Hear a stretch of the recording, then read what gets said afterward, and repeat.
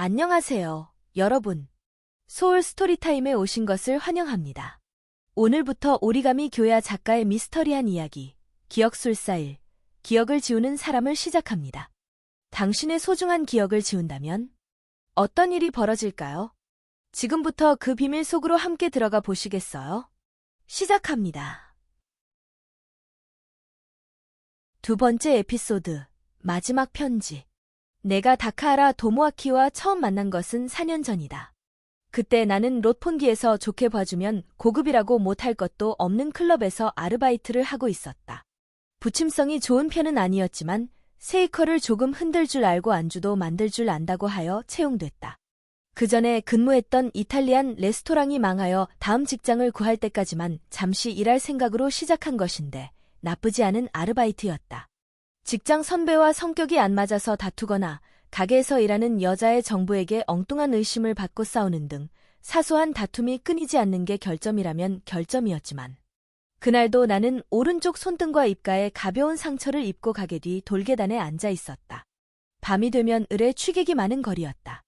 취객들이 내 눈빛이 맘에 안 든다며 시비를 걸어오는 일도 심심찮게 있었다. 나는 5계단밖에 없는 돌계단의 아래에서 두 번째 칸에 앉아서 내가 직접 만든 정어리 샐러드를 먹고 있었다. 곁에 다가온 길고양이에게 기름에 절인 정어리 한 조각을 던져줬다. 고양이는 그걸 입에 물더니 어디론가 달려가 버렸다. 발사믹 식초가 상처난 입술에 스며들어 나도 모르게 얼굴이 찌푸려졌을 때였다. 아, 뭔가 떨어져 있네. 높은 위치에서 목소리가 들려왔다. 얼굴을 드니 장신의 남자가 비스듬히 왼쪽 방향에서 나를 내려다보고 있었다. 고양이가 도망친 것은 그 남자 때문인지도 몰랐다. 남자는 재봉 상태가 좋아 보이는 양복을 입은 부티가 나는 사내였다. 뭐야 저 녀석은 하면서 나는 올려다봤다. 남자는 내 삐딱한 시선에 개의치 않는다는 식으로 고개를 갸우뚱하고는 다가와 내 눈앞에서 멈춰 섰다. 어디서 본 것 같은데. 잠시 생각하고는 손을 탁 마주쳤다. 아 그래, 생각났어. 퀄리티해 보이지. 휴식 중. 네. 맛있어 보이는데. 나한테도 좀 줘봐, 그거. 그는 다림질선이 곧바른 바지 속의 다리를 가뿐히 꺾어 쭈그리고 앉아 내가 손에 들고 있는 것을 가리켰다. 이거 말입니까? 먹다 남은 음식인데요. 아까 고양이한테는 줬잖아. 한 입만. 네. 드세요. 그 남자는 내 손에서 타파웨어 그릇을 받아들고 정어리 샐러드를 먹기 시작했다. 양복 왼쪽 칼라에 금빛 배지가 달려있는 것이 눈에 들어왔다. 해바라기 한가운데 저울이 있었다. 변호사 배지다. 아, 맛있네. 이거 내가 좋아하는 맛인데. 메뉴에는 없는 거지? 아, 그건 직원들 식사라서 시험 삼아 만들어 본 건데요. 가게 안주를 재료로 써서. 그쪽이 만든 거? 네. 아, 고마워. 이거 정말 맛있네. 변호사. 이 남자가? 나도 모르게 남자를 뚫어져라 쳐다봤다. 남자는 아무렇지도 않게 그릇을 돌려주고 입술에 묻은 기름을 손가락 끝으로 닦았다. 고운 손으로 양복 안주머니에서 고급스러워 보이는 손수건을 꺼내 그것으로 이번에는 그 손가락 끝을 닦았다. 퀄리티의 안주는 역시 맛있어. 치즈나 살라미 같은 건 어디 것을 쓰나. 살라미는 직접 만듭니다. 전에 만드는 법을 들은 적이 있어서. 뭐, 정말? 살라미를 만들 줄 알아? 네.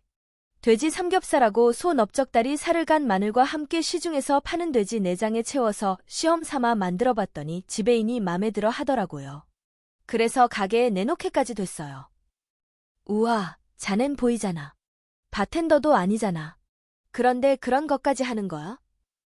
다카하라는 쭈그리고 앉은 채로 상반신을 뒤로 젖히며 과장된 액션을 취했다. 남자가 가까이 다가오자 희미한 향수 냄새가 났다. 여기서 일하기 전에는 레스토랑에서 근무했기 때문에. 그럼 퀄리티 안주는 그쪽 담당? 다는 아니지만요. 베이비 어니언하고 브로콜리 피클 맛있었는데. 아, 그건 납니다. 뭐, 정말? 나한테 시집와라. 별난 남자다. 나는 휴식 시간이 끝나서 하며 양해를 구하고 일어섰다. 아, 기다려. 이름 좀 가르쳐줘. 도노무라 아스시입니다. 나는. 가게 안에서 부르는 소리가 났다. 나는 실례하겠습니다 하는 말을 남겨놓고 가게로 돌아갔다. 내가 넥타이를 메고 테이블을 닦고 있자니까 묘하게 눈에 띄는 모델처럼 늘씬한 남자가 들어왔다. 단골 손님인 듯 플로어 매니저가 재빨리 뭐라고 말을 걸며 인사를 했다. 보니까 좀 전에 그 남자였다. 상대방도 나를 알아본 모양으로 나를 향해 웃으면서 손을 흔들었다. 생각지 않았던 일이라 당황하여 고개만 숙여 답했다. 다른 점원이나 여자들의 태도로 보아 그 사람은 상당히 비중 있는 단골 손님인 모양이었다. 그러고 보니 전에도 가게에서 그를 봤던 것 같았다. 그때는 양쪽에서 두 여자의 시중을 받으며 비싼 술만 마셨던가. 글라스를 닦고 있는데 플로어 매니저에게서 호출이 왔다. 손님이 나와 이야기를 하고 싶어 한다는 것이었다. 매니저가 알려준 테이블에 가보니 역시나 그 남자였다. 오늘은 옆에 여자를 끼고 있지 않았다.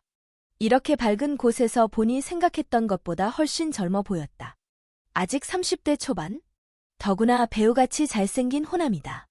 나를 본 순간 그의 잘 정돈된 얼굴에 아이같이 환한 웃음이 퍼졌다. 왔구먼. 도노군, 여기. 또. 도노무라 아스시지? 그러니까 도노군. 무슨 볼일이신가요? 이 피쉬 스테이크 맛있어. 소금이랑 레몬으로 상큼한 맛을 냈군. 이것도 도노군 작품? 네. 묘한 남자였지만 칭찬을 들으니 기분이 나쁘지는 않았다. 제법 맛을 아는 상대라고 생각하니 더욱더 그랬다. 남자는 내 눈앞에서 피쉬 스테이크를 한 입 더 베어 물고 말했다. 스크루 드라이버의 젤리 말이야. 그것도 도노군이 만들었지? 맨 처음 아이디어를 낸 것은 나입니다. 레시피를 만들었고 그 다음에는 손이 빈 사람들이 돌아가며 바지락 토마토 마리네, 생선이나 고기를 식초, 와인, 기름 등에 재운 요리 옮기니 도 그렇지? 바질이 제대로 맛을 냈어. 그걸 알아낼 수가 있어요? 클럽 안주의 영역을 넘어선다는 느낌이 들었거든. 전부. 그런데 그 상처는 어떻게 된 거지? 아까는 미처 몰랐는데. 남자가 톡톡 자기 입가를 손가락으로 두드리며 말했다. 나도 모르게 다친 입술에 손을 가져갔다. 싸움? 대단한 건 아니고요. 말하기 어려워? 혹시 그건가? 여기 윗사람이나 선배한테 괴롭힘을 당하고 그러나? 라커룸에서 들볶이거나 뒷골목에서 얻어터지거나. 그냥 보통 싸움입니다. 시비를 걸어와서. 도노군 눈빛이면 그럴만해. 남자는 뭐가 그렇게 우스운지 명랑하게 웃었다. 말하는 건 그야말로 청산유수였다. 과연 변호사라고나 할까? 막힘없이 잘도 짓거려대는구나. 나는 속으로 탄복했다. 한바탕 웃고 난 뒤 남자는 피쉬 스테이크에 곁들여 나온 양상추를 집어 손끝으로 잘게 잘라 입으로 가져갔다. 뭔가 생각하는 듯한 표정이 말할 타이밍을 재고 있는 것 같았다. 한 호흡 기다렸다가 입을 열었다. 저기 있지, 도노군. 양손을 깍지 끼고 등을 조금 구부리고는 아주 진지하게 물었다. 한 달 동안 나를 위해 아침, 점심, 저녁, 전부 다른 메뉴로 식사 준비를 해줄 수 있나? 뚱딴지 같은 질문이었지만 못할 건 없죠 하고 대답했다. 요리 말고 집안일도 해? 청소라든가. 혼자 살아서 보통 정도로는. 이곳 시급이 얼마지? 네. 질문의 요지를 몰라 목소리에 톤이 올라가자 매니저와 다른 점원들이 돌아봤다. 손님. 다카하라. 네. 다카하라 도모아키. 내 이름이야. 네. 글라스를 들어 한 모금 마시고 받침 위에 탁 내려놓는 그의 동작에서 절묘한 호흡이 느껴졌다. 남자는 가죽 소파에 앉은 채로 일어서 있는 나를 올려다보았다. 도노군, 우리 집에서 아르바이트 안 해볼래? 가정부 일, 지금 시급에 배를 줄 테니까 말이야. 그렇게 말하고 그 남자 다카하라 도모아키는 씩 웃었다. 농담이라고 생각했는데 명함을 건네줬고 다음 날에는 전화를 걸어왔다. 그가 건네준 명함을 들고 거기에 쓰여있는 주소로 그를 찾아가 보았다. 가보니 집세가 내가 사는 아파트의 3배는 될 성싶은 맨션 입구에 다카하라 법률사무소라는 간판이 있었다. 맨션을 자택 겸 사무실로 쓰는 모양이었다. 아르바이트 보수를 2배 준다고 할 만하군. 그렇게 생각하면서 문을 열고 들어갔다. 자택 겸 사무소의 내부는 어수선했다. 사무실에는 가구라고 할 만한 것이 별로 없었다. 파일이나 서류가 책꽂이에 무질서하게 뉘어서 쌓여 있었고 데스크톱 컴퓨터의 코드는 거의 아트의 경지에 도달했다고 할 만큼 복잡하게 뒤얽혀 있었다. 생활공간으로 사용하는 안쪽 방은 더 심했다. 침대 아래로 침대 커버가 떨어져 뭉쳐있고 베개와 시트는 주름투성이었다. 빨래는 닥치는 대로 빨래 바구니에 처박혀 있었고 그릇들은 싱크대에 산처럼 쌓여 있었다. 방과 가구는 모두 그 자체로는 고급스러운데 명색이 변호사님이 생활하는 장소로는 보이지 않았다. 내가 변호사의 사생활에 대해 품고 있는 이미지가 편향된 것인지도 모르지만. 청소하는 사람이 매주 와주는데 지난주에는 휴가였거든. 그 뒤로 전화하는 걸 잊어버리는 바람에 지금 좀 어질러져 있긴 해. 빨래도 그 사람이 세탁소에 맡기던 거라 밀려있고. 함부로 젊은 여자를 고용했다가 이상한 소문이라도 나면 안 되고 말이야. 말 많은 아줌마는 내가 싫고. 그런 점에서 도노군이 딱이야. 어때? 일하지 않을래? 사택 개념으로 방도 제공할게. 빈방이 있으니까. 커피 메이커 옆에 겹쳐진 채로 산더미처럼 쌓여있는 지저분한 컵들을 곁눈으로 살피고 우선은 부엌 청소부터 해야겠군 하고 생각하면서 나는 애매하게 고개를 끄덕였다. 여기 오기까지의 스토리가 좀 엉뚱했다는 것만 빼면 그야말로 눈이 뒤집힐 정도로 좋은 조건이었다. 하지만 달콤한 말에는 내막이 있는 법, 나 역시 세상 물정을 모르는 철부지가 아니므로 경계심이 작동했지만 변호사라면 그렇게 악질적인 짓을 하지는 않을 것 같았다. 다만 한 가지 묻고 싶은 게 있는데요. 뭐? 급여 말인가? 아니요. 이것은 꼭 확인해둬야만 했다. 소파에 칠칠 맞지 못하게 기대앉은 다카하라를 내려다보고 서 있자니 왠지 퀄리티에서 대면했을 때와 같은 구도라는 생각이 들었다. 나는 작심하고 물었다. 다카하라 씨, 개인은 아니죠? 다카하라는 한 박자 뒤에 폭소를 터뜨렸고 이날부터 나는 다카하라 법률사무소에서 일하게 됐다. 별표? 다카하라 도모아키는 종잡을 수 없는 남자였다.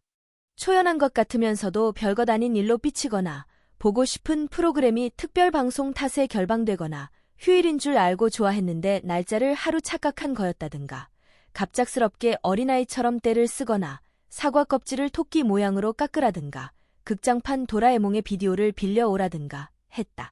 그가 법정에 섰을 때의 모습은 본 적이 없다. 다만 자료를 훑어보며 변호 전략을 세울 때는 그의 표정에서 전문가 냄새가 났다. 그럴 때는 쓸데없는 소리만 해대는 평상시와는 달리 한마디도 말을 하지 않은 채 몇 시간이고 자료를 붙들고 씨름했다. 책상 앞에서만 그러는 게 아니라 방 안을 걸어 돌아다니며 자료를 읽고 방바닥에까지 종이를 펼쳐놓았는데 생각이 정리될 때까지는 그것들을 치우지 못하게 했다. 나는 다카하라가 일에 집중할 때는 말을 걸지 않는 걸 원칙으로 했다.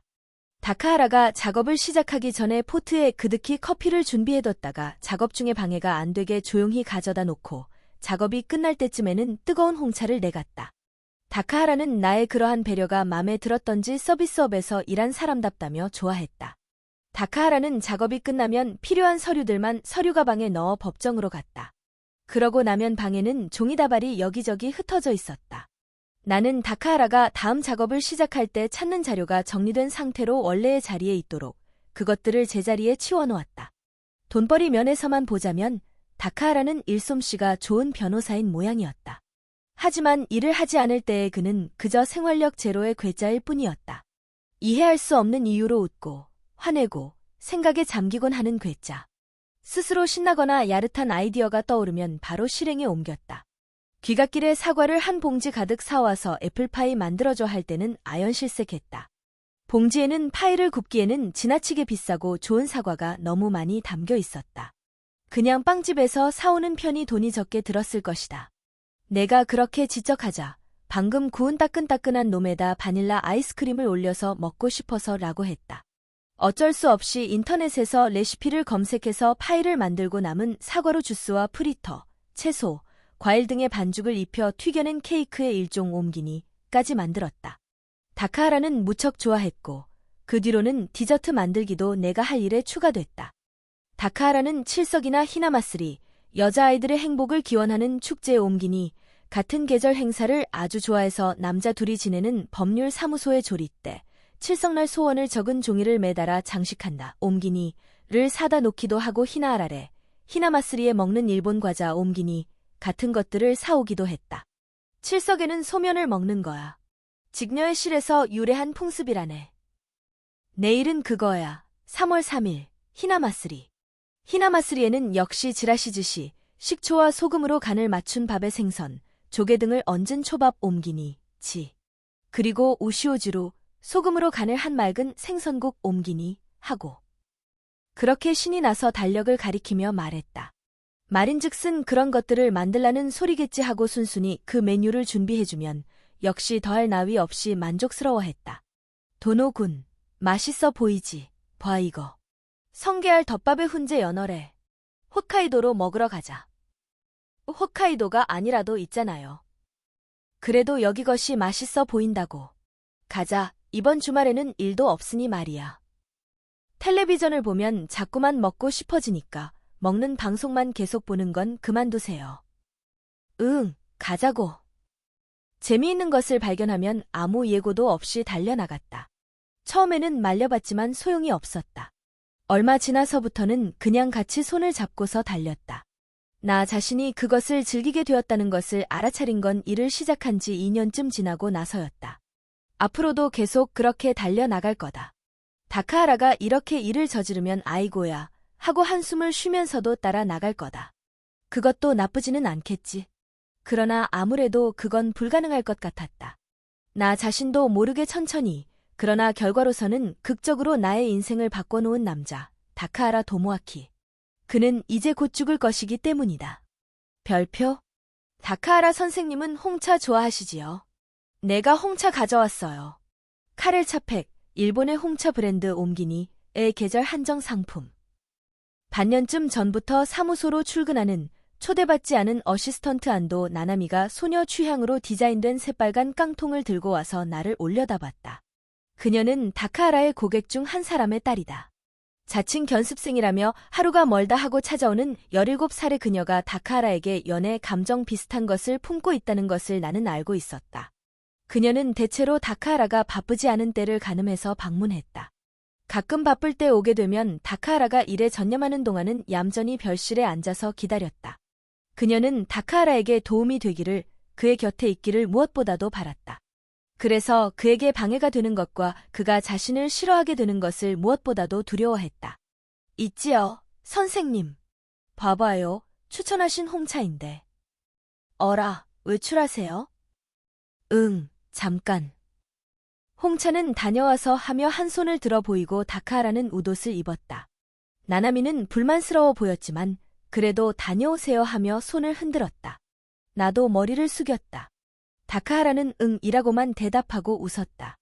병원에 가는 거였다. 나나미는 몰랐다. 다카하라가 아무 말 하지 않았기 때문에 나나미는 아무것도 몰랐다. 나도 오랫동안 눈치채지 못했다. 내가 그것을 알게 된 것은 청소를 하다가 다카하라의 책상 서랍에서 대량의 약과 진찰권을 발견하고 나서였다.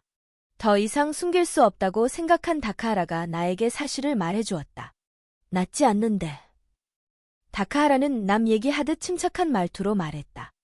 눈 안쪽. 응, 이쯤인가. 잘 모르겠지만 여하튼 적출 불가능한 곳에 종양이 생긴 모양이야. 그래서 때때로 찾아오는 현기증이 꽤 심해. 뭐 약도 있고 아직 얼마 동안은 버틸 수 있을 거야. 자세한 사항은 지금도 모른다. 전문적인 설명을 듣는다 해도 어차피 알 수 없다. 중요한 것은 다카하라의 몸은 그리 오래 버티지 못하리라는 거였다. 그걸 아는 사람은 나까지 포함하여 극소수뿐이었다. 다카하라는 평소처럼 일을 계속했다. 일상생활도 불치병을 앓고 있는 사람이라고 말하는 것이 무색할 정도로 이전과 다를 바 없었다. 일의 양은 조금씩 줄여가는 것 같았지만 뭔가를 조사하는 데 들이는 시간은 오히려 늘어났다. 인맥과 인터넷을 통해 뭔가 정보를 모으고 있는 것 같았는데 나에게조차 그게 뭔지 말하지 않았고 도움을 요청하는 일도 없었다. 병원에서 돌아온 다카하라는 업무 관련 서류를 잠시 읽다가 나나미가 돌아가고 나자 눈과 코 사이를 누르며 물 좀 줘 하고 말했다. 약의 양이 늘어난 것 같았다. 그렇게 생각하면서 컵에 물을 따라서 물병과 함께 쟁반에 올려서 책상까지 가져갔다. 책상에는 컴퓨터가 있어서 물병은 소파 옆 유리 테이블에 내려놓고 컵만 건넸다. 여기, 선생님. 응, 고마워. 한 손 엄지로 알약을 껍질로부터 밀어내며 비어있는 다른 손을 컵 쪽으로 뻗었다. 하얀 알약이 책상에 부딪혀 톡 소리를 내며 바닥에 떨어졌다. 아. 다카하라가 알약을 집으려고 의자에서 일어나다가 그대로 털썩 무릎이 꺾였다. 몸이 앞으로 기울자 책상 가장자리를 손으로 짚어 지탱했다. 선생님. 괜찮아. 현기증이 좀 다카하라는 그대로 다리를 앞으로 쭉 뻗고 바닥에 퍼져 앉아 책상 서랍 부분에 등을 기대고 천장을 올려다봤다.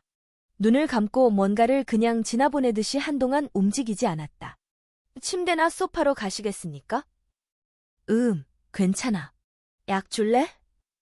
다카하라는 다시 느릿느릿 일어나서 혼자 힘으로 소파로 가 앉아 건네준 약을 먹고 나서 빈 컵을 테이블에 놓고 다시 눈을 감았다. 도노군. 네?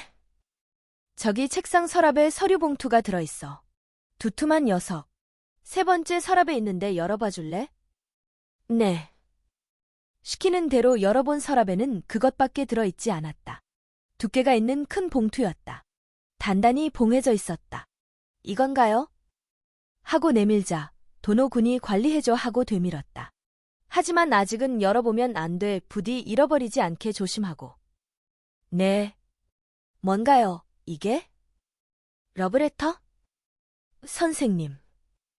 지금이 농담할 때냐고 나무라는 투로 불렀더니 정말이라니까 하고 놀렸다. 내가 죽으면 그때 열어봐. 다카하라가 웃음 띤 얼굴로 그렇게 말하는 바람에 나는 갑자기 말문이 막혔다. 다카하라는 소파 팔걸이에 손을 대고 일어나서 낮잠 좀 자야지 하고 안쪽 방으로 걸어갔다. 요즘 들어 선생님 안색이 안 좋아요. 피곤하신가?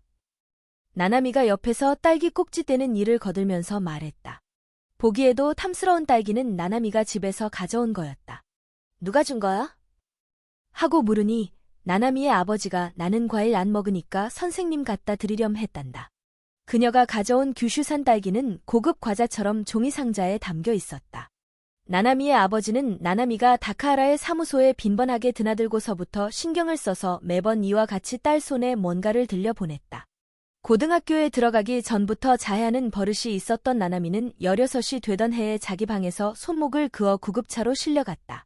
자세한 사정은 몰랐지만 나나미는 퇴원한 후 학교도 가지 않고 집에서 요양을 하다가 무슨 계기로 아버지의 고문 변호사인 다카하라의 사무소를 드나들게 되었다.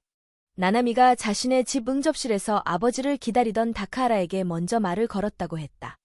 집에 자주 오니까 얼굴은 알고 있었어요. 멋있는 사람이구나 하고 생각했고. 뭔가 좀 굉장히 당당하잖아요. 변호사들은 그런 느낌이 들지 않나요? 자신감 있게 가슴을 펴고 말하는 것 같은 나는 못하는 건데 하고 생각하면서 봤어요. 나나미가 다카하라에게 처음 말을 걸어왔을 때 나나미의 왼손에는 아직 붕대가 감겨 있었다. 다카하라의 시선이 그 붕대를 향하는 것을 보고 나나미가 아빠한테서 들었지요? 하자 다카하라는 그래 하고 대답했다고 한다. 그것이 두 사람이 처음으로 주고받은 말이었다. 동정하든가 설교하든가 어떻게 대하면 좋을지 몰라서 눈을 피하든가 할 거라고 생각했어요. 대체로 어른들은 그런 반응을 보이니까. 아니면 변호사는 이런 여고생을 다루는 데에도 익숙할까 하고 기대도 좀 했어요. 아빠랑 있을 때는 싱글싱글 웃고 있을 때가 많았으니까 나한테도 웃는 얼굴로 친근한 말을 해서 얼버무리고 끝, 그런 패턴일 거야. 그러면 내가 그냥 넘어가지 말고 상대를 쩔쩔매게 해야지 하고 생각했어요. 그런데 선생님은 웃지 않았어요. 다카하라는 빙긋도 하지 않고 아까와라고 했다고 한다. 나나미의 상처를 흘깃 보고 나라면 절대로 그런 짓은 안 해라고. 내가 설교하려 들지 말라고 했더니 의견을 말했을 뿐이야 하는 거예요. 생명을 소홀히 하는 사람은 존경할 수 없어. 굳이 충고하고 싶지도 않아. 그러는 거예요. 처음으로 얘기한 상대에게서 냉정한 말을 듣고 나는 화가 나서 말했어요.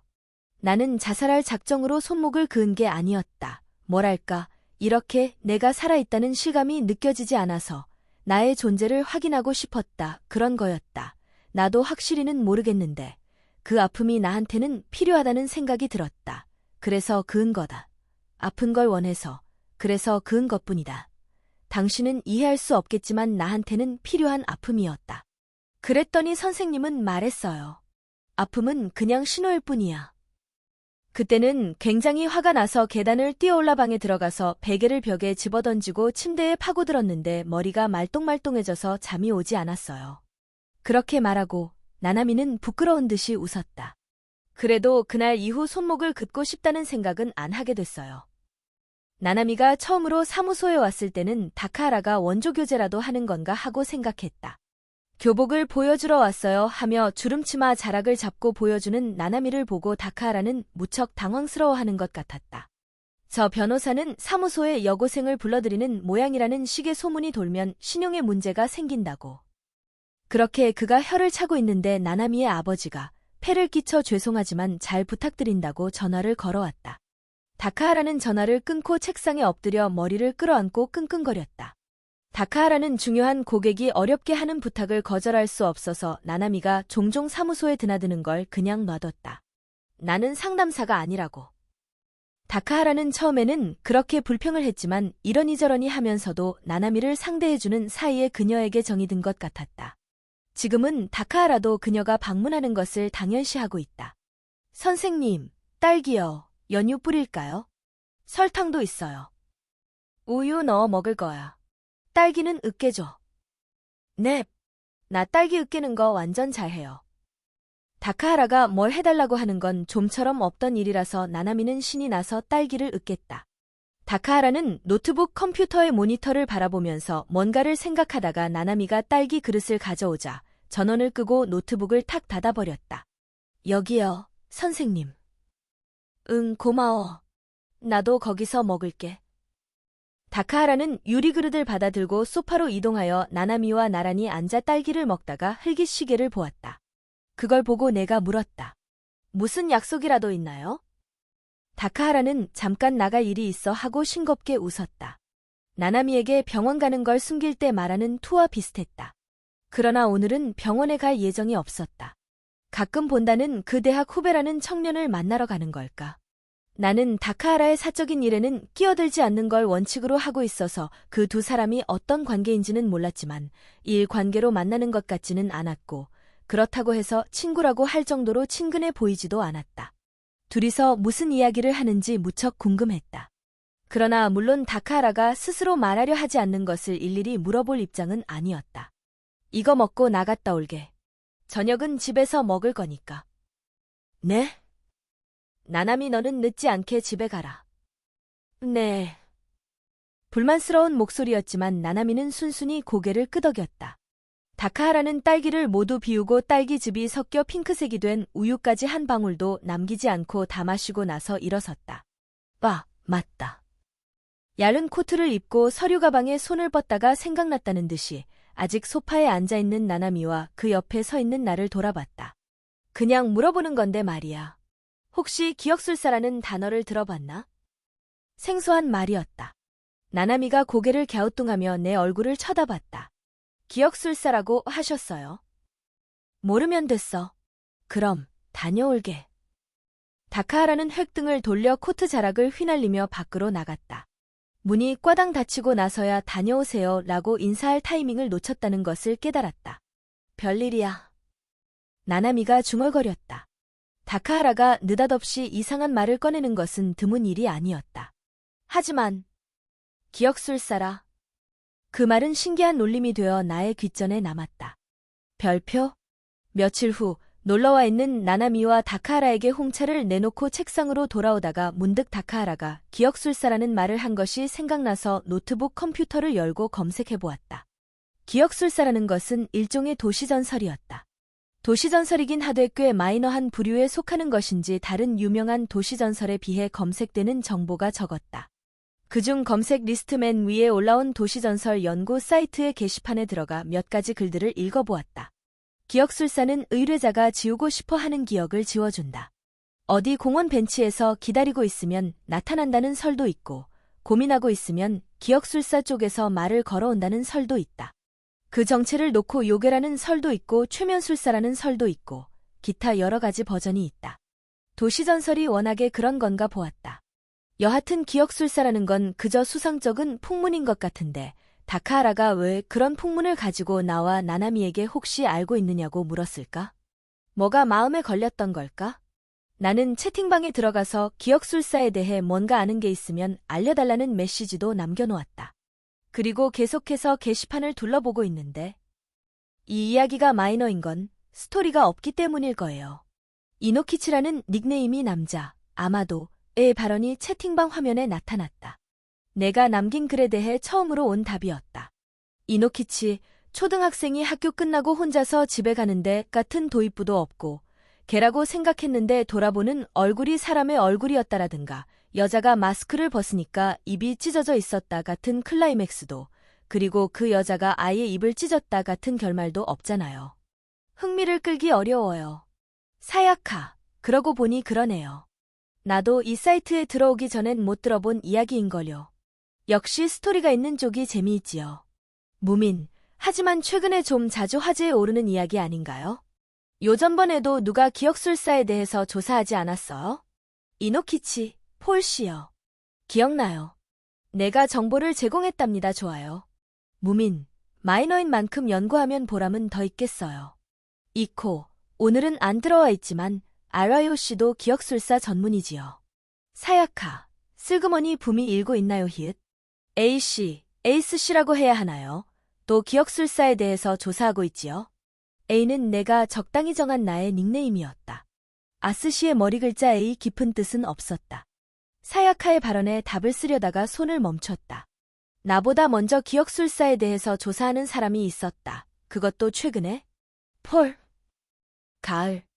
내가 내 이름의 머리 글자에서 닉네임을 정했듯이 이 폴이라는 이름도 누군가가 자신의 이름에서 취한 것이라면 다카하라 도모아키의 아키는 일본어에서 가을이라는 뜻이다. 옮기니. 선생님? 다카하라가 최근에 혼자서 조사하고 있던 것이 이거란 말인가. 노트북에 전원을 끄면서 생각했다. 다카하라라는 사람은 생각이 떠오르는 대로 행동하는 것 같지만 근본적으로는 매우 현실적인 사람이다. 그런 그가 일하는 틈틈이 아무 이유 없이 도시전설 같은 이야기에 열중했을 리 없다. 하물며 그는 앞으로 남은 시간이 별로 없었다. 다카하라는 결코 무의미한 짓은 하지 않는다. 그가 뭔가 할 때에는 그 일이 아무리 터무니없어 보여도 반드시 이유가 있다. 다카하라가 요즘 열중해서 하고 있는 일과 기억술사 이야기 사이에 무슨 관련이 있는 건가? 아니면 기억술사 그 자체에 대해서 알고 싶어서 조사하고 있는 걸까? 일과 관련된 것이 아니라고 다카하라는 말했다. 그렇다면 후자?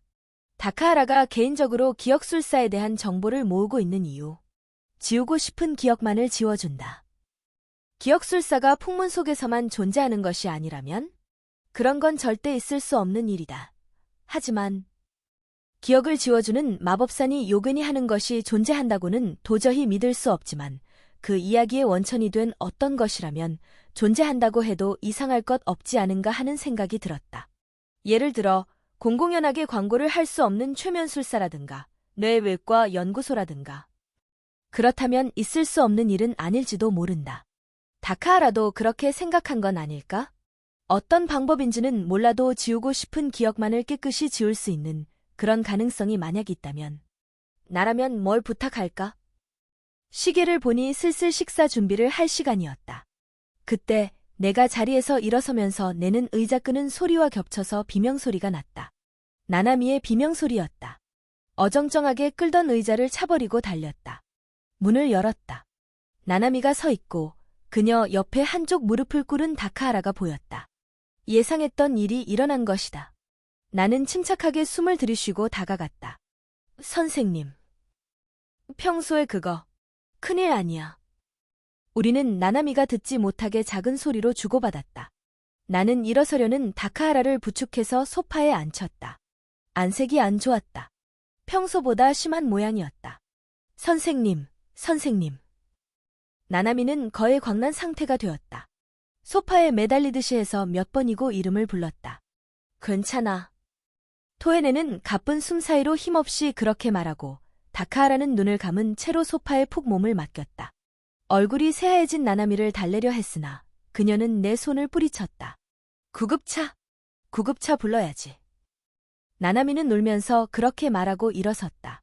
전화가 놓여있는 위치도 잊어버릴 정도로 정신이 없었는지 전화, 구급차라는 말만 반복했다.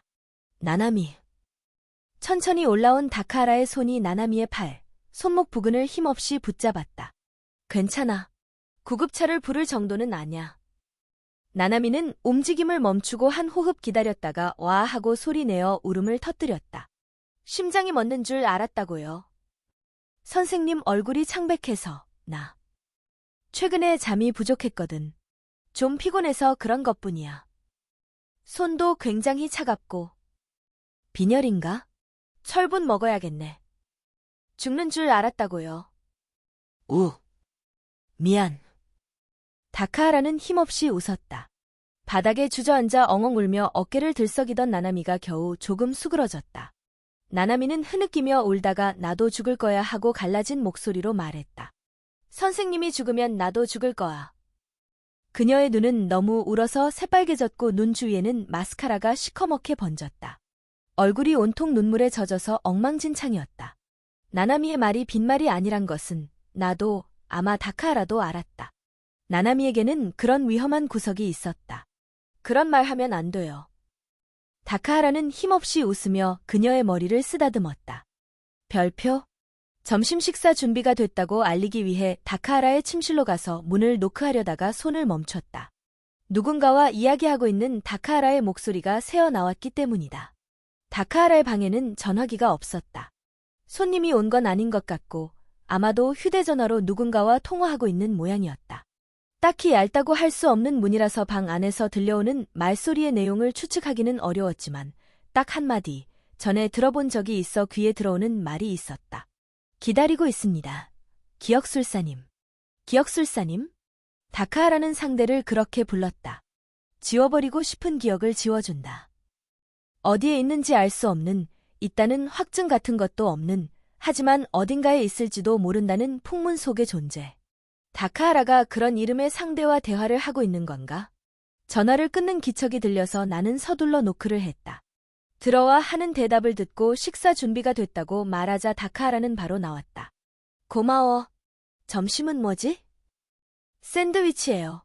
오이랑 블루치즈, 연어, 새우랑 아보카도, 이렇게 3종류. 그리고 감자 샐러드. 와, 맛있겠는데.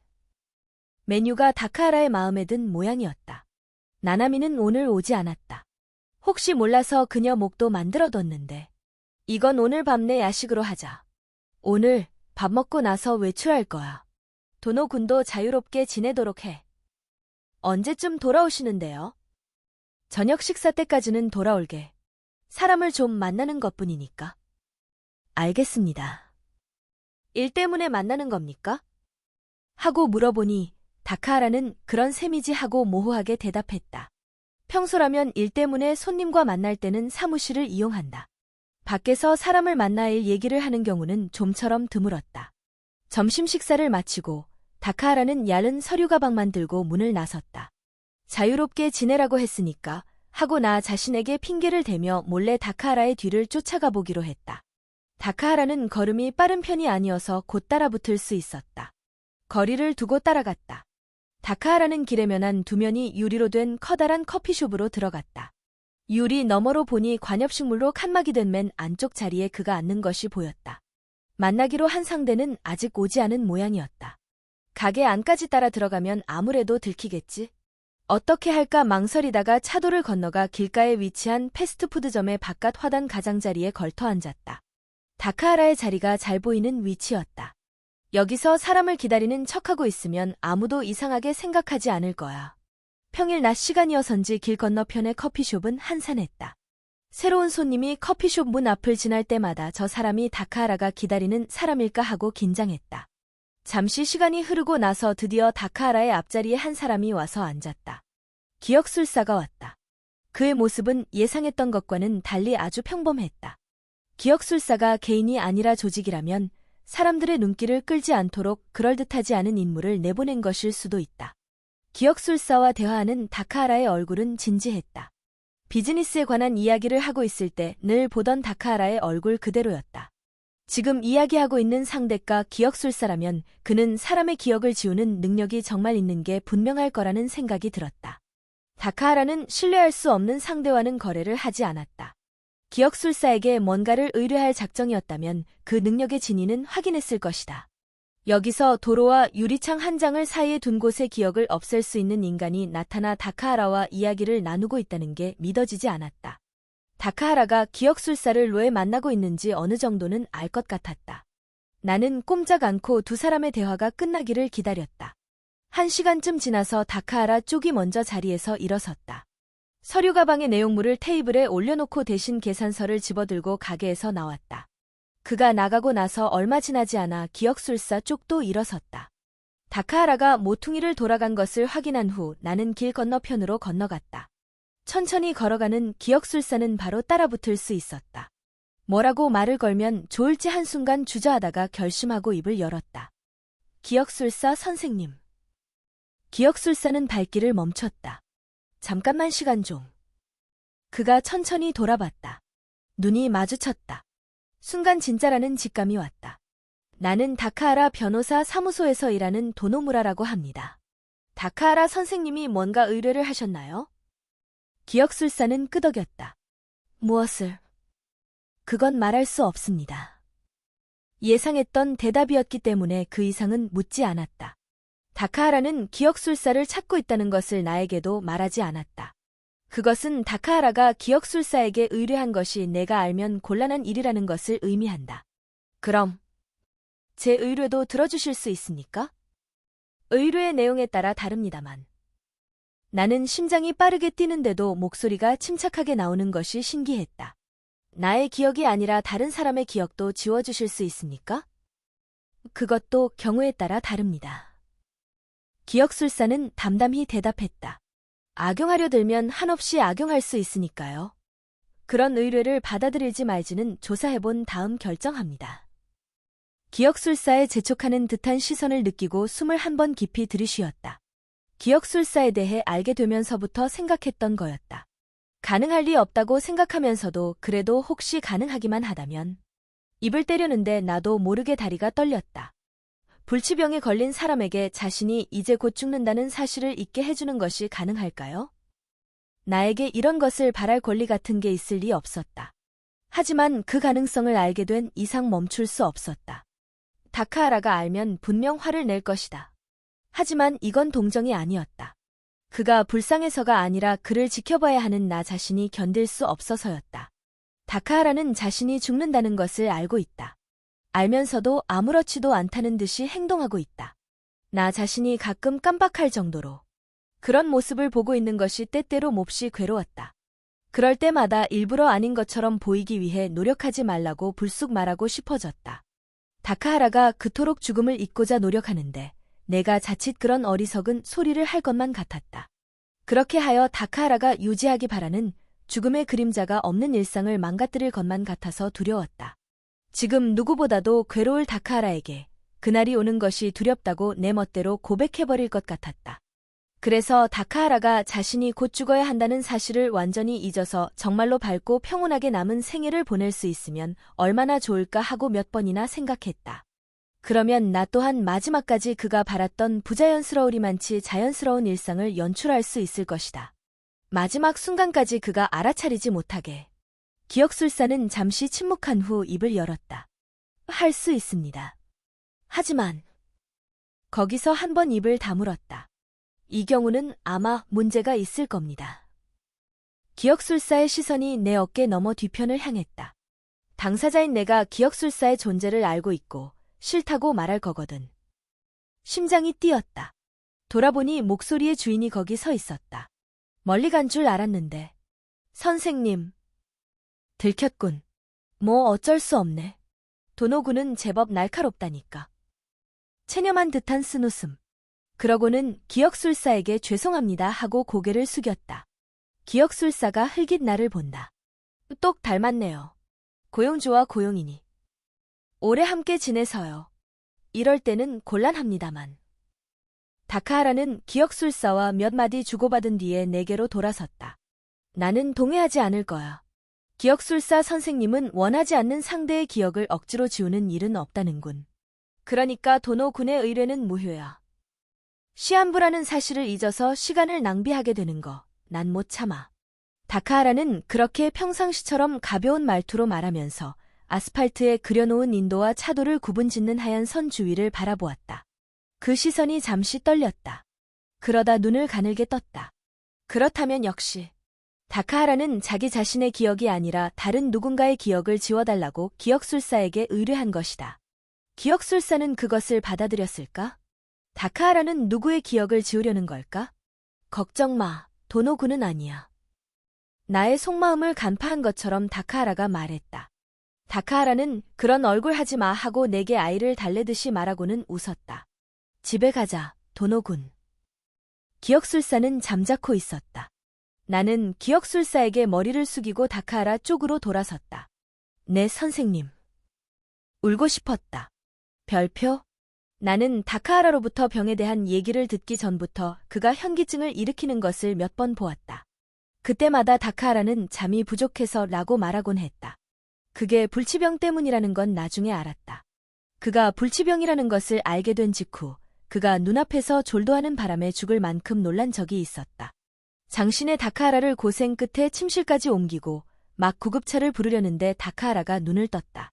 물과 와인과 우유, 레몬꿀차에 달걀술, 달걀에 설탕과 데운 청주를 넣고 잘 섞은 음료.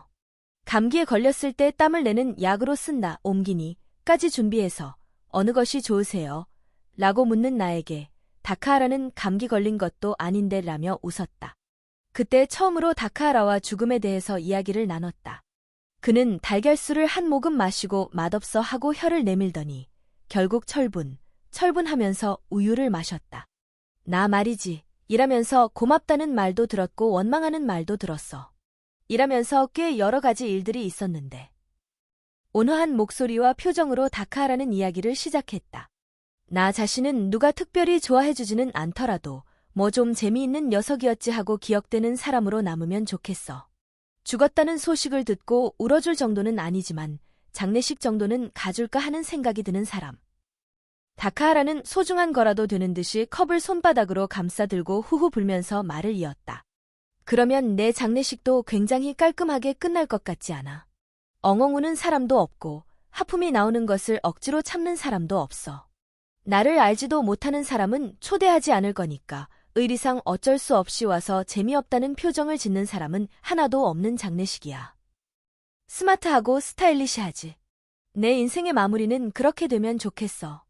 달짝지근하게 만든 뜨거운 우유를 홀짝이면서 그런 말을 하고는 입술 가장자리를 살짝 올리며 웃었다. 병에 걸린 걸 알고부터는 더 그렇게 생각하게 됐어. 다카하라는 눈을 감고 천천히 우유를 음미하듯이 마시며 잠시 침묵했다. 자신의 장례식 장면을 떠올리고 있는 걸까? 말이 없다기보다 말주변이 없는 나는 이럴 때 무슨 말을 해야 좋을지 몰라서 난처했다. 나나미는 울 겁니다. 나나미를 언급하자 다카하라는 컵에서 얼굴을 들고 힘없이 웃었다. 그렇겠지? 실패네. 그는 유일하게 자신의 병에 대해 알고 있는 나에게도 결코 우는 소리를 하지 않았다. 가끔 자신의 죽음에 대해 이야기할 때도 대개는 일주일 뒤의 스케줄에 대해 얘기하듯이 담담하게 말했다. 마음의 평정을 잃는 모습을 보여준 적이 없었다. 어쨌든 조금의 흐트러짐도 빈틈도 그 표정에서는 읽어낼 수 없었다. 아무도 그의 겉모습을 보고 그가 곧 죽을 운명이라는 걸 알 수 없었다. 나는 늘 그렇듯 그가 웃는 얼굴을 하고 일하러 나간 후 혼자 남아서 문득 그가 불치병에 걸린 병자란 사실을 떠올리고 이제 얼마 안 있어 그가 없는 세상을 살아야 한다는 사실 앞에서 어쩔 줄 몰라 했다. 그만큼 그가 내 인생에서 중요한 위치를 차지하고 있었던 것이다. 그의 병에 대해서 알고서야 비로소 그걸 깨달았다. 도노군, 커피 타줘. 다카하라가 부르는 소리에 정신이 들었다. 네 하면서 주방에서 얼굴을 내미니 다카하라는 책상 의자에 앉은 채 기지개를 켜고 있었다. 피곤해, 휴식. 어깨가 결리네. 쉬실 거면 차로 할까요? 마침 차에 곁들여 먹을 만한 것도 있어서요. 커피가 좋으시면 물론 바로 준비해드리고요. 그럼 차로. 도노군 또 뭐 만들었어? 대단한 건 아닌데요. 녹차 괜찮죠? 인용의 작은 찻주전자에 녹차를 넣고 경단을 접시에 올려 가져갔다. 다카하라는 노트북 컴퓨터를 옆으로 치워 책상에 접시 놓을 자리를 만들어 놓았다. 오늘은 책상에 앉아 먹을 생각인가 보았다. 와, 경단이다. 이거 만들었어? 언제나 굉장하네. 만드는 거 간단해요. 그래도 경단을 직접 만드는 사람은 요즘 드물걸.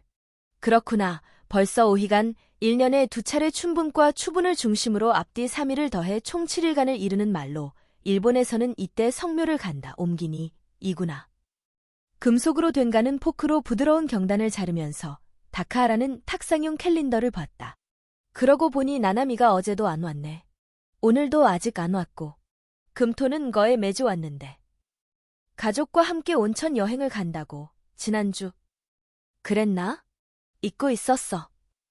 뜨거운 녹차를 한 모금 홀짝였다. 나나미 말이야. 친구나 남자친구는 제대로 있을까? 참, 친구는 있었지. 요전번에 스티커 사진 보여줬어. 안도 씨가 선생님 덕분이라고 고마워하셨어요. 내가 한 건 없어. 어쩌다 여기 드나들기 시작한 시기랑 학교로 돌아간 시기가 같았을 뿐이야. 안도 씨는 그렇게 생각하지 않는 것 같던데요. 뭐 고객이 나를 좋다고 하면 나야 최고지. 다카하라가 어떻게 생각하든 나나미는 다카하라를 만나고부터 손목 긋기를 그만두기로 했다. 나나미 본인에게서 들은 말이다. 다카하라가 그녀에게 준 영향이 그것만이 아니라는 것을 둘을 보고 있으면 알 수 있었다. 다카하라가 그걸 눈치채지 못할 리 없었다. 나나미 때문입니까? 나도 모르게 입 밖으로 말이 나왔다. 맥락도 없이 돌연 던진 질문에 다카하라는 포크를 움직이던 손을 멈추고 아주 조금 고개를 갸우뚱하며 나를 봤다. 그러고 나서 바로 아아 하고 알아들었다는 듯이 끄덕였다. 응, 그런 셈이지. 확실하게 지워줄지 어떨지는 모르겠지만 너무 날 좋아하지 않게 하려고 마음을 썼는데 이대로 두면 정말 뒤따라올 것만 같아서 말이야. 그는 내가 뭘 물어본 건지 바로 알았다. 기억술사한테 풍문대로 능력이 있다는 건 조사를 해서 확인했어. 경찰서나 신문사 같은 데도 가서 알아봤느냐고? 이봐, 꼼꼼한 조사는 나의 직업병이라고. 내 기억 중 별것 아닌 것을 기억술사에게 지워달라고 해서 그 능력이 진짠지 아닌지 확인했지. 미리 증거사진이랑 메모를 준비해두고 그것과 대조했어. 단순한 확인 방법이긴 해도 말이야. 그러니까 기억술사한테 기억을 지우는 능력이 있다는 건 확인한 셈인데. 의뢰자 본인의 기억이 아니라 타인의 기억을 지워달라는 의뢰는 수락하기 전에 여러 가지 조사를 해야 한다는 거야. 의뢰인이 거짓말을 하는 건 아닌지, 동기나 상황 같은 것들을 기억술사가 실제로 체크해서 의뢰를 받아들일지를 결정한다고. 그래서 해줄지 어떨지는 아직 몰라. 다카하라는 경단 조각에 팥소를 묻혀서 입에 넣고 찻잔을 입으로 가져갔다. 언제 결과를 알 수 있나요? 내가 죽은 후겠지. 괜찮아. 확인할 길은 없지만 안 됐을 때를 대비한 보험을 들어놨으니까. 보험이라고요. 다카하라는 거기에는 대답하지 않고 속눈썹을 내려뜨리면서 눈을 조금 가늘게 떴다. 그가 처한 상태를 생각하면 당연한 일일지 모르지만 그는 이따금 이렇게 나이에 어울리지 않게 체념하는 표정을 짓곤 했다. 그러더니 문득 얼굴을 들고 싱긋 웃으며 말했다. 이 경단 맛있군. 이제 추궁은 그만하라고 은연중에 말하는 것이었다. 나는 한숨을 쉬고 뻣뻣해지기 시작한 어깨에 힘을 뺐다. 다카하라가 나에게까지 기억술사가 필요하다고 생각하게 하고 싶지 않았다. 경단 더 있어요. 그럼 하나 더 먹을까? 빈 접시를 들고 주방으로 향했다. 5희간에는 죽은 사람의 혼이 돌아온다고 했나? 등 뒤에서 들린 목소리에 발이 멎었다. 아, 아니지. 그건 오봉, 양력 8월 15일을 전후로 조상의 홀령의 제사 지내는 1년의 행사 옮기니 이지. 5희간에는 산 사람이 조상을 찾아가는 거고. 늘 그렇듯 온화한 말투로 다카하라는 계속했다. 난 가족하고는 사이가 안 좋아서 말이지. 그러니 도노군, 오봉의 내 혼이 도노군한테 돌아오면 쫓아내지는 말아줘. 내라고도 뭐라고도 대답할 수 없었다. 다카하라에게 등을 돌리고 있어서 다행이라고 생각했다. 경단 가져올게요. 감정을 감춘 채 그렇게만 말하고 주방으로 들어갔다. 도망치듯이. 최근에 다카하라는 시력이 많이 나빠졌고 펜이나 젓가락을 들 때면 손을 떨었다. 일할 때만 끼던 안경을 평소에도 끼고 있어야 하는 것 같았다. 나는 다카하라에게는 아무 말 하지 않고 젓가락보다 포크나 숟가락으로 먹을 수 있는 요리를 많이 만들기로 했다. 슬프지만 겉으로 드러내지 않기로 했다. 그렇게 한다고 해서 사실이 바뀌는 것은 아니었기 때문이다. 다카하라는 내 마음을 알고 있었다. 그래서 이렇게 때때로 앞날을 암시하는 말을 했다. 마치 연습을 하듯이 조금씩 나를 익숙하게 만들려는 것처럼. 나는 식기장을 당겨 쓰러뜨리고 큰 소리로 울고 싶었다. 미안해, 도노군. 두 번째 경단을 천천히 시간을 들여 먹으면서 다카하라는 입을 열었다. 내가 무슨 의미의 미안인지 알 수 없어서 대답할 말을 못 찾고 있자 다카하라는 나 스스로도 내가 꽤 독한 놈이라고 생각해라며 쓴웃음을 지었다. 그래도 도노군은 기억해줘. 나나미가 나를 잊어도 내가 없어져도 말이야. 눈을 가늘게 뜨고 웃음 띤 얼굴로 말한다. 내가 살아있는 것도 죽는 것도 도노군은 다 지켜봐줘. 그리고 잊지 말아줘. 도노군이 어떤 마음일지 잘 알아. 잘 알면서도 이러는 거야. 이 말은 뒤에 숨기고 그제야 미안이라는 말의 의미를 알 것 같았다. 눈물이 날 것 같았다. 이 사람 앞에서 울다니 그건 절대로 해서는 안 된다고 나 자신에게 다짐을 받아놓은 터였다. 내가 꽤나 처량한 얼굴을 하고 있었는지 다카하라는 다시 조금 웃었다.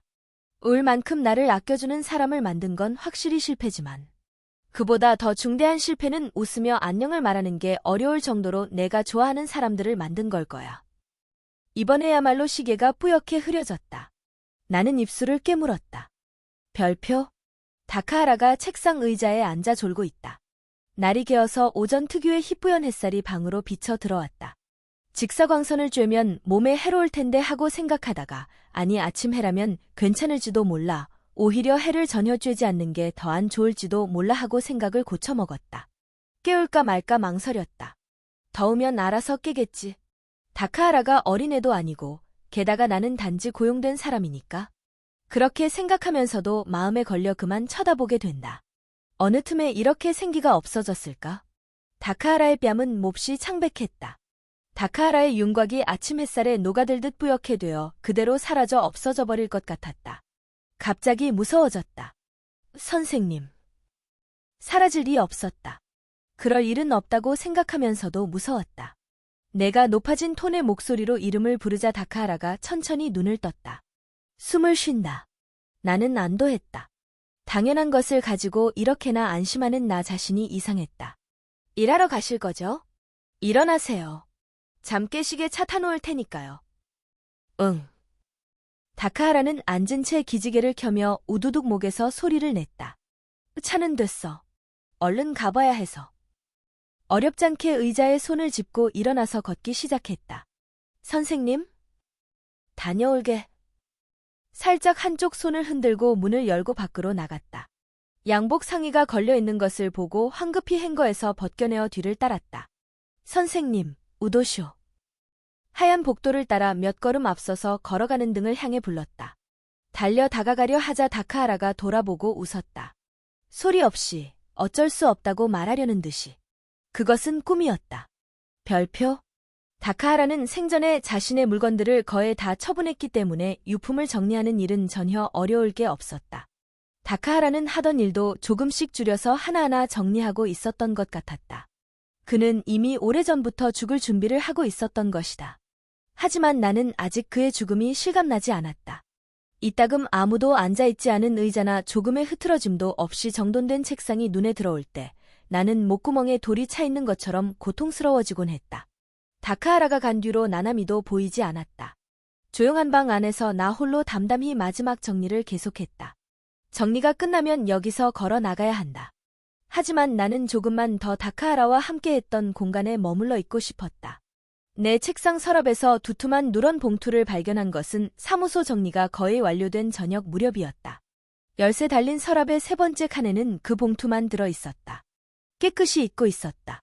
지금까지 잊고 있었다는 게 믿어지지 않았지만 정말로 그 기억은 내 머리에서 완전히 빠져나가 있었다. 러브레터. 다카하라가 그렇게 말하면서 자기가 죽으면 열어보라고 건네준 봉투였다. 나는 단단히 봉인돼 있는 묵직한 그 봉투를 다카하라의 책상으로 가져가서 열었다. 안에는 몇 종류쯤 되는 서류가 들어있었다. 권리서라든가 유언장 같은 것이라든가 아는 변호사 연락처라든가 문서만이 아니라 USB 메모리나 CD도 있었다. 거기에는 일의 뒤처리에 대한 세세한 지시와 함께 일처리에 필요한 내용들이 남김없이 들어있었다. 그리고 편지가 2통 있었다. 한 통에는 받는 이의 이름과 주소가 쓰여 있었고 우표도 붙어 있었다. 나나미에게 보내는 편지였다. 편지 봉투에 붙여놓은 포스트잇에 보험이라고 흘려 쓴 글씨가 보였다. 다른 한 통에는 아무것도 쓰여 있지 않았다. 봉해놓지도 않았다. 보내는 이의 이름은 없었는데 그래서 더 분명히 다카하라가 쓴 편지라는 것을 알 수 있었다. 나는 잠시 아무런 꾸밈도 없는 봉투를 바라보고 나서 뒤집어서 열어봤다. 바스락, 종이 스치는 소리. 줄도 그어져 있지 않은 심플한 편지지에 다카하라의 글씨가 있었다. 고마워. 뒷일을 부탁해. 또 만나. 그때까지 잘 살아줘. 글씨를 본 순간 다카하라의 목소리가 들린 것 같았다. 나는 조금 무서웠다. 매끄러운 언변으로 공포심조차도 휘감아서 현혹시키고 청산유수로 떠들던 그의 목소리가 나는 왠지 늘 편안했고 그래서 늘 속곤했다. 그 목소리가 그대로 들린 것 같았다. 그는 중요한 문제에 대해 말할 때는 늘 이런 식으로 말수가 적었다. 스스로 알아들으라고. 그때까지 잘 살아줘. 나는 짧은 글을 몇 번이나 되읽었다. 공포와 불안을 누르고 울고 싶은 것을 참고 늘 웃어 보였던 사람은 이제 없다. 나와 나나미까지 걱정해준 사람 좋은 그 사람은 이제 가고 없다.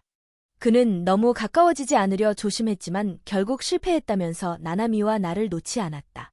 그것은 나와 나나미가 그에게 그만큼 의미 있는 존재였기 때문이라고 믿고 싶다. 이제 그를 위해 내가 할 수 있는 일은 아무것도 없지만 적어도 기억은 하도록 하자. 억지로 있는 일 같은 건 없을 것이다.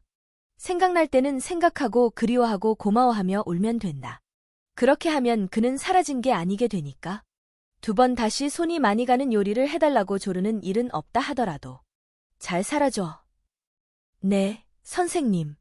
이제 나도 이곳에서 나가렵니다. 그래. 나는 눈을 감았다. 숨을 들이쉬니까 목구멍이 떨렸다. 나가려는 순간 고맙습니다라는 말을 아직 하지 않았다는 걸 깨달았다. 말이 부족한 것은 나도 마찬가지네요, 선생님. 눈앞에 아직 선명하게 떠오르는 그에게 말했다. 잘 아니까 됐어. 다카하라가 웃었다. 그런 것 같았다. 별표? 새하얀 봉투가 다이렉트 메일에 섞여서 우편함에 들어있었다. 받는 이는 안도 나나미. 학교에서 돌아오는 길에 그것을 발견한 나나미는 봉투를 뒤집어 보낸 이의 이름이 없는 것을 확인하고 고개를 갸우뚱했다. 짐작이 가는 사람이 없었다. 흔들어봤지만 특별히 뭐가 들어있는 것 같지는 않았다. 그 자리에서 열어봤다. 봉투와 같은 새하얀 편지지에는 겨우 몇 줄이 깔끔한 글씨로 쓰여 있을 뿐이었다. 뭐지? 의미를 알 수 없었다. 아마도 장난 편지일 것이다. 나나미는 하얀 봉투와 몇 통쯤 되는 다이렉트 메일을 손에 들고 현관문 안으로 들어갔다. 자, 여러분. 오늘은 오리가미 교야의 기억술사일, 기억을 지우는 사람, 2번째 에피소드, 마지막 편지 장까지 함께 들으셨습니다. 기억을 둘러싼 미스터리가 점점 더 깊어지고 있네요. 다음 챕터에서는 또 어떤 비밀이 밝혀질까요? 궁금하시다면 다음 이야기에서 만나요. 편안한 밤 되세요. 안녕.